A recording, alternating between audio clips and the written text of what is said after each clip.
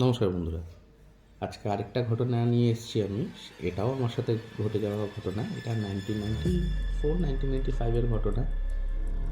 তো তখন আমরা ভাড়া থাকতাম। আমার মা, বাবা আর আমি ৩ জনে।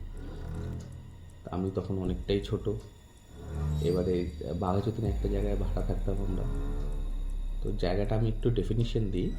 তো যেখানে আমরা ভাড়া থাকতাম, যেটা ফ্ল্যাট ওনার, যেটা ফ্ল্যাট না বাড়ি ওনার, তো বাড়ির ওনারের বাড়ি, উনি হচ্ছে একটা সাইডে দোতলা বাড়ি ছিল ওনার, আর আরেকটা সাইডে ৩-৪টে লাইনতে একতলা বাড়ি ছিল, বেড়ার বাড়ি, উপরে টালির চাল ছিল। তো সেখানে ভাড়াটা দেওয়া হতো এইগুলো জায়গায়। আর বাড়ির পেছনে ছিল হচ্ছে একটুখানি ময়লা ফেলার জায়গা ছিল, আর একটা তাল গাছ ছিল, আর একটা নারকেল গাছ ছিল। আর বাড়ির সামনেটায় উঠান ছিল, লম্বা উঠান, বড় উঠান। আর উঠানের ওপারটায় ছিল হচ্ছে একটা তাল গাছ, একটা পুকুর, ছোট পুকুর ছিল, একটা তাল গাছ ছিল। আর তার ডান দিকে ছিল হচ্ছে কিছুটা, মানে যেখান থেকে পুকুরে নামার ঘাটটা ছিল তার পাশে বাঁশবাগান ছিল, ছোট বাঁশবাগান ছিল। আর বাঁদিকে হেঁটে গেলে একটুখানি গেলে তখন ওইখানে ছিল হচ্ছে বাথরুমটা, কমন বাথরুম ছিল। উম, আমার বাবা মা জানতো যে বাড়িটা হন্টেড ছিল, মানে পরে আসার পরে জেনেছে। তো তখন যেহেতু আমি ছোটো, আমাকে অত কিছু বলা হয়নি বা আমিও জানতাম না। এখানে ৩-৪টে ছোটো ছোটো ঘটনা ঘটে যাওয়ার মতো হয়ে গেছিলো আমাদের সাথে, আমার সাথে। প্রথম ঘটনাটা থেকে স্টার্ট করি। বাড়িতে বাবার বন্ধু এসছে একজন। তো ঘরে যেরকম বন্ধু এসছে, কথাবার্তা চলছে। তো আমার সন্ধ্যাবেলা তখন ৮টা, সাড়ে ৮টা বাজে, আমার বাথরুম পেয়েছে। তো যেহেতু বাথরুম পেয়েছে, আমিও অতটা দূর হেঁটে যাবো বাথরুমে, আর জায়গাটা একটু আমার খুব একটা ইয়েও লাগতো না, বা আমার ভালো লাগতো না, একটু ভয় ভয় লাগতো, ছোটো ছিলাম, ভয় ভয় লাগতো। তো বাড়ির পাশেই যে আমাদের পেছন দিকটাতে যেই নারকেল গাছটা ছিল, তার গোড়ায় আমি চলে গেছি বাথরুম করতে। নর্মালি দিনের বেলা ওখানেই করতাম, ছোটো তো, কেউ কিছু বলতেও না, ওখানে করতাম। সেদিনকার রাত্রেবেলা বাথরুমটা ওইখানে করছি। এবারে যেহেতু বেড়ার বাড়ি, এবারে ভেতরে লাইট জ্বললে কি, লাইটের ফোকাসগুলো বাইরে বেড়ার ফাঁক থেকে যখন পড়ে না, ওই ছেদ থেকে যখন পড়ে, তখন ওই কোনোটা লম্বা, কোনোটা ছোট, কোনোটা চৌকো টাইপের, এরকম টাইপের পড়ে। আমি বাথরুম করার পরে দেখছি যে যেই লাইটের যেই শ্যাডোগুলো পড়েছে ওখানে, সেগুলো একটা শ্যাডো ছিল সাপ। মানে প্রচুর সাপ ওখানে, ১০০টার উপরে সাপ আমাকে ঘিরে ধরেছে। মানে প্রচণ্ড রকম আমি ভয় পেয়ে গেছি। আমি বুঝতে পারলাম না হঠাৎ করে আর কি এরকম কেন হচ্ছে।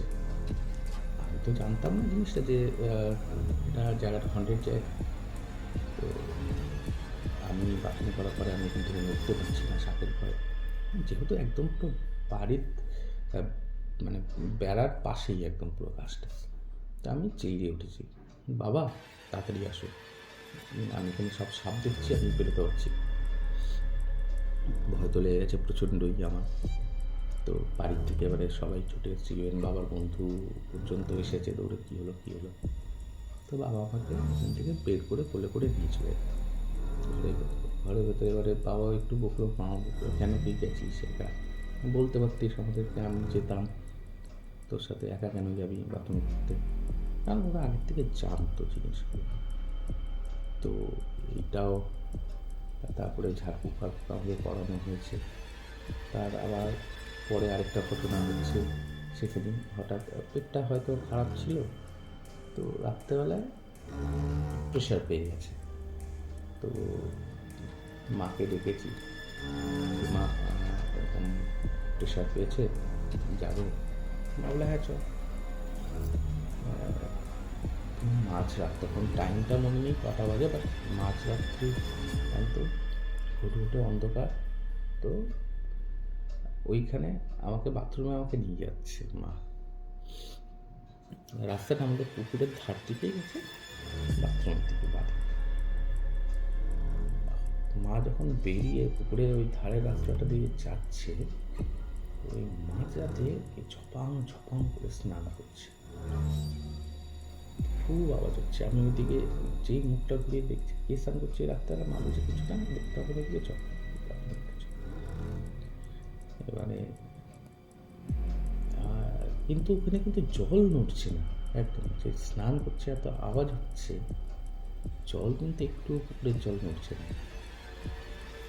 সে একটা মানে অদ্ভুত রকমের মানে সিনটা, যে এত জোরে স্নান করছে, ঝাঁপ দিয়ে দিয়ে পুকুরে স্নান করছে, বাট একটু জল নড়ছে না পুকুরে, এটা হতে পারে? আর পুকুরটা এত বড়ও না যে ওপরে ঘাটটা দেখা যাবে না, সে যতই রাত হোক না কেন মোটামুটি হালকা একটু চাঁদের আলো আছে, বা কোথাও একটু স্ট্রিট লাইটের কিছু একটু পড়েছে, একটা শ্যাডো পড়েছে, ওইখানে মোটামুটি দেখা যাচ্ছে, হালকা হলেও ঘাট দেখা যাচ্ছে, ছোটো পুকুর, কিন্তু ঘাটে কিন্তু কেউ নেই।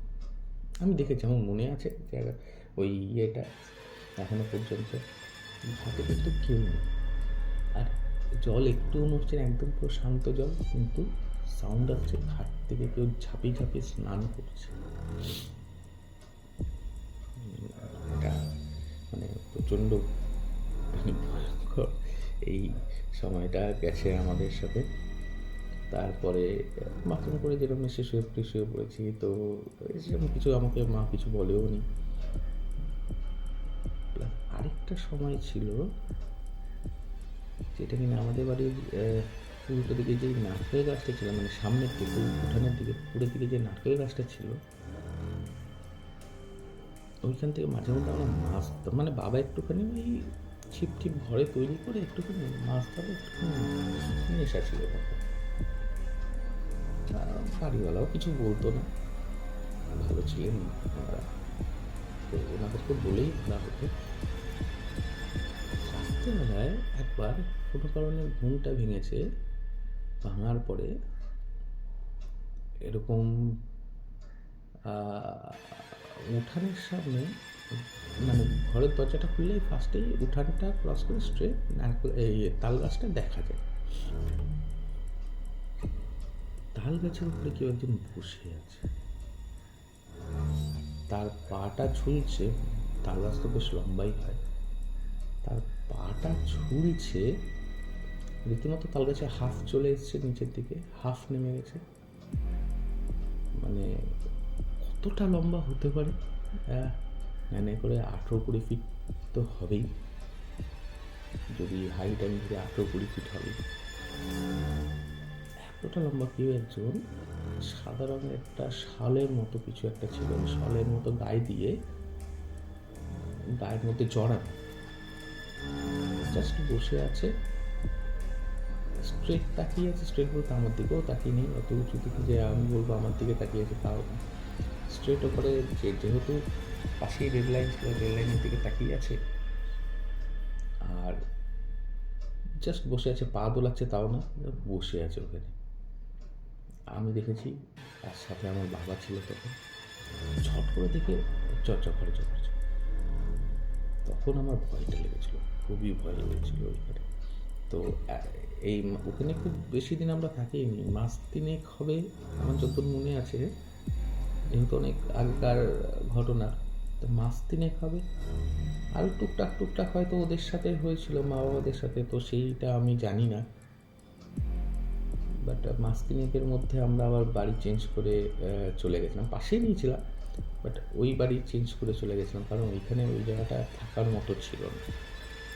রিসেন্টলি বড়োবেলাতেও আমি গেছিলাম ওই জায়গাটা, এমনি ঘুরতে গেছিলাম হাঁটার জন্য, এক বন্ধুকে নিয়ে গেছিলাম, তাকেও দেখিয়েছি তাল গাছটা এখনও কিন্তু আছে।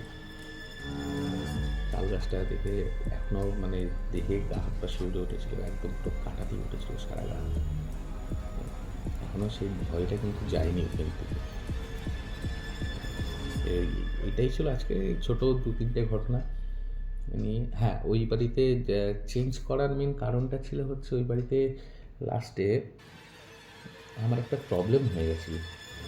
আসলে এইসব এইগুলো তো শরীরে প্রচণ্ড এফেক্ট ফেলে, ওই নেগেটিভ এনার্জিগুলো।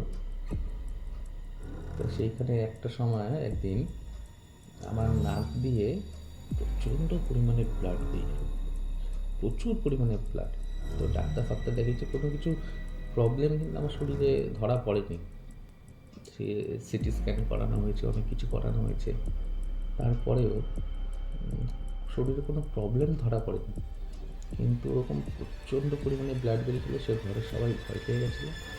তারপরেই বাবা সঙ্গে সঙ্গে ওটাকে চেঞ্জ করে দিয়েছে। এইবার বলছে না, শরীরে এফেক্ট, আমার ছেলে শরীরে এফেক্ট ফেলছে, মানে সেখানে আর থাকা যাবে না, হ্যাঁ চেঞ্জ করে দিয়েছে সঙ্গে সঙ্গে। তো আমরা পাশেই নিয়েছিলাম, জাস্ট দুটো বাড়ি ছেড়েই তারপরে ভাড়া নিয়েছিলাম তখন। কিন্তু তখন আর সেই সমস্যাটা হয়নি। কিন্তু বাড়িটা এখনও আছে, আমি দেখেছি। এখন আর সেই দাদার বাড়ি নেই সেখানে, এখন পাকা বাড়ি হয়ে গেছে সবগুলো, কিন্তু একতলা বাড়িই আছে এখন, পাকা হয়ে গেছে। কিন্তু ভয়টা কিন্তু এখনও সেম আছে ওই জায়গাটাতে একদম, যেহেতু পাশেই রেল লাইনের পাশেই ছোটো রাস্তা আছে, আর রাস্তার পরেই ওই বাড়িগুলো, ওই জায়গাটা এখনও সেম। ওখান থেকে ক্রস করলেই ভয় লাগে, প্রচণ্ড ভয় লাগে।